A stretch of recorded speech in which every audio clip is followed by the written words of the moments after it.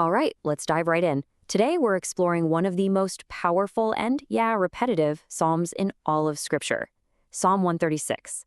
We're going to find out how its constant refrain isn't just some ancient song, but a rhythm we can actually bring into our own lives. Let's get started. I want to kick things off with this question. Just think about it for a second. What if everything, from the creation of the stars all the way down to the food you ate today, was all part of one single continuous story? A story signed in every single chapter with a love that just doesn't fail. Because really, that's the core idea of this entire psalm. In a world that can feel so chaotic and always changing, this is the one unchanging truth we're invited to explore today. That God's mercy isn't just an idea, it's the actual heartbeat of reality itself.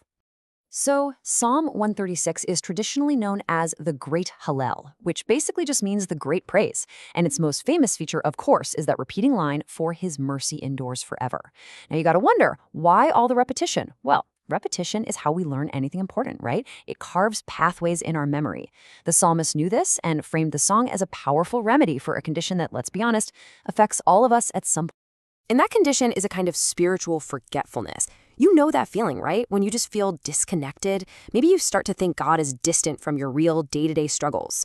Well, that constant refrain in Psalm 136, it's designed to be an anchor. It's a constant reminder that retrains our hearts and minds to remember the truth. To really get this, we need to understand this one key word, hesed. Now, this is a Hebrew term, and it means so much more than just mercy. It's a steadfast, loyal, I've got your back, covenant-keeping love. It's like this unbreakable promise that runs like a golden thread through all of creation and all of history. So the psalm takes us on this pilgrimage of remembrance, and it does it in 3 parts. We're going to start with the big picture, the cosmic journey of creation. Then we'll zoom into the historical journey, looking at God's acts of redemption. And finally, we'll bring it right down to the personal level, to God's direct providence in our own lives. So our first stop is creation. And the psalm doesn't just say God made things. It actually frames the entire act of creation as an expression of his hesed, his enduring mercy. And just notice the language here. It says he made the heavens with skill. He set the great lights in their place, the sun for the day, the moon and stars for the night. And each of these incredible acts is followed by that powerful refrain, "For his mercy endures forever." So here's the crucial point. This wasn't just some random act of power. The psalmist sees creation as an intentional, skillful crafting of a home, a place designed specifically for us, for human community to flourish. The very fact that our world exists is the first signature of his steadfast love. Okay, now let's move from the cosmic to the historical. The psalm zooms in from the vastness of creation to a really pivotal moment in human history, the Exodus. And here, God's mercy isn't just about design, it becomes a powerful, active force of liberation. This is where we see a powerful parallel. The psalm tells the story of the historical rescue of Israel from slavery in Egypt, but this isn't just ancient history. For us, this story becomes a symbol of a deeper personal journey, our own liberation from the things that enslave us into real spiritual freedom. I mean, this really captures the connection perfectly. The miracle of the Red Sea parting. It's not just some dramatic event from the past. It's seen as a prefigurement, like a preview of the spiritual liberation that's offered to each and every one of us. The same merciful power that parted those waters is still at work today.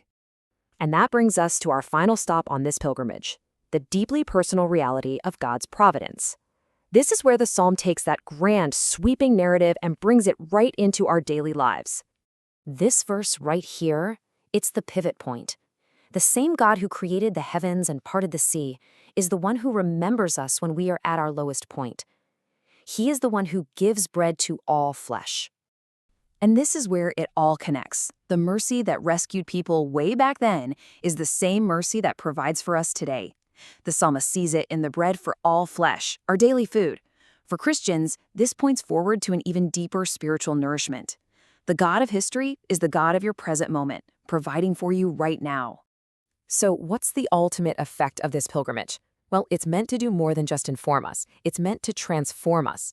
It's all about anchoring our entire perspective in the reality of God's mercy. There's a spiritual term for this. It's metanoia. It means a conversion of the heart. It's the journey from a life that reacts with fear and anxiety to one that responds with deep gratitude and unshakable trust, all because you know the heartbeat of reality is mercy. And when your heart is tuned to this constant rhythm of mercy in creation and in history, it prepares you to see the cross for what it really is, the ultimate, supreme, and most personal act of that same hesed love. And so we end up right where the psalmist does, with a final, all-encompassing call to praise. After recounting all of history, cosmic, historical, and personal, the only response left is just gratitude. Praise the God of heaven, for his mercy endures forever. So I'll leave you with this. Psalm 136 isn't just a text to be analyzed, it's a song to be lived. The real question is, how will you let this refrain of eternal mercy become the new soundtrack for your own life?